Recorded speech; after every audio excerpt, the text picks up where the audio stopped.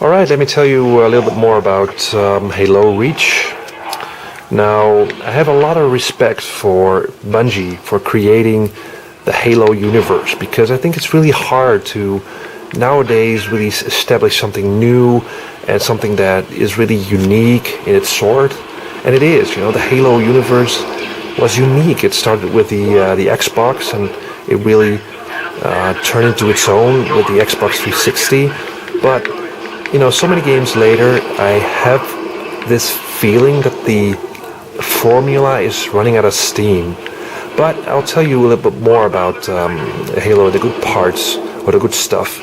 Now, first of all, the game is about a group of soldiers that investigate the planet of Reach, and it's overrun by the Covenant. Now, you basically are dropped on this planet, and you start investigating, and then the shooting starts. Now, the shooting of Halo has always been good in a way, considering the fact that this is that Bungie really established first-person shooting on the console is amazing, and it works, but it will never work as perfectly as on the PC, I think, personally. But it works. The game, you can enjoy the game on the console. And the firefights are hectic. There's a lot of stuff going on, and especially the shooting is really colorful. The explosions and the drop ships and and the artillery, and it really feels that there's a lot going on. I think that one of the main selling points of Halo has always been the AI of the enemy. They behave intelligently. They try to look for cover.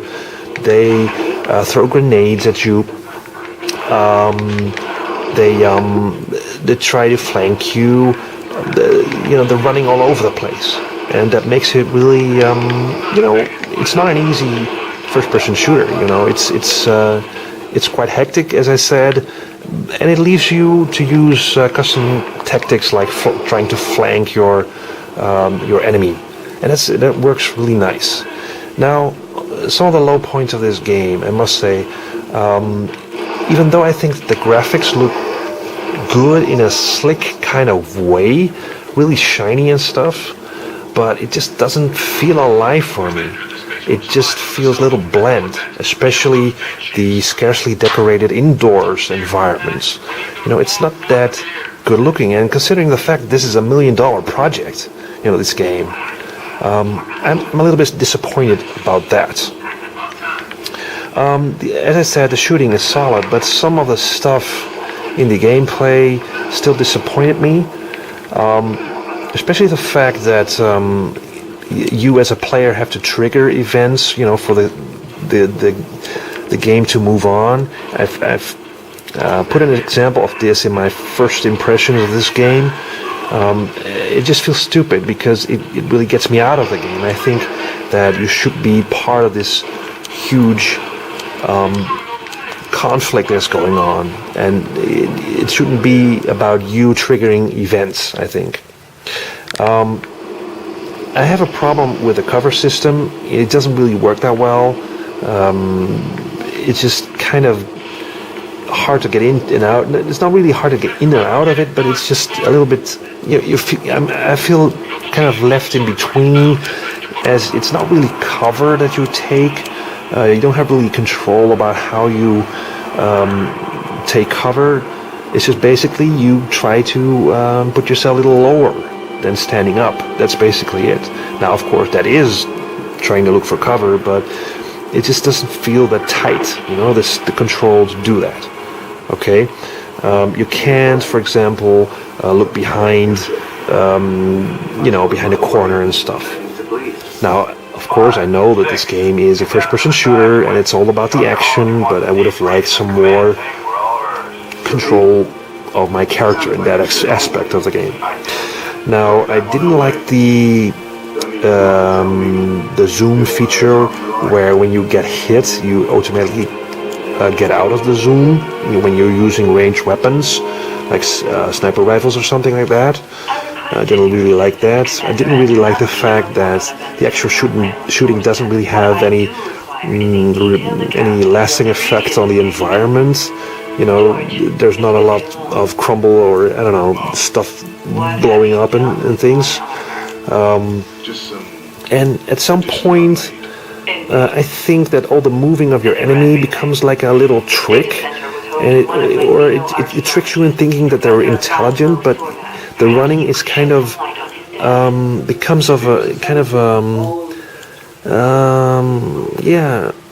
a certain trick of, you know, every time you see them running, all these aliens. Now, what else? Well, the AI of your buddies leaves a lot to be desired. You can't give them basic commands, unfortunately. But again, of course, this is a first-person shooter, I know. And it's all about the action. I didn't really like the fact that if you shoot an enemy, there isn't any lasting effect on the enemy. They don't seem to limp or have wounds or try to crawl or anything like that. I didn't really like the controls of the vehicles. It feels a lot of oversteering. It's, with the camera and all. But maybe I didn't understand the controls at this point, but it just wasn't intuitive for me.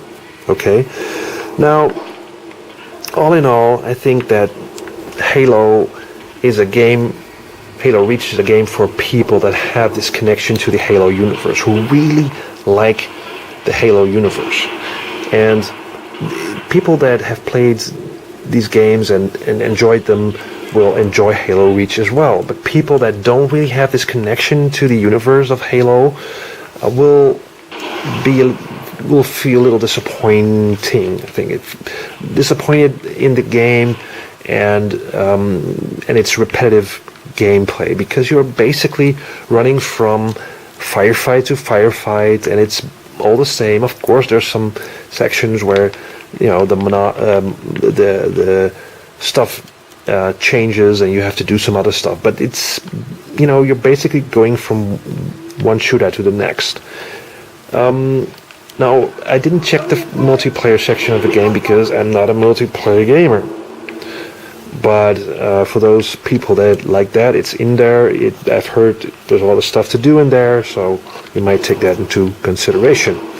But all in all, as I didn't have this connection to the Halo universe, I personally am going to give this game a 6 out of 10. I enjoyed it somewhat, but to me there are a lot more and better first-person shooters on the market, even on the consoles. So that's it. Maybe I've angered some people, I don't know, but this is my opinion.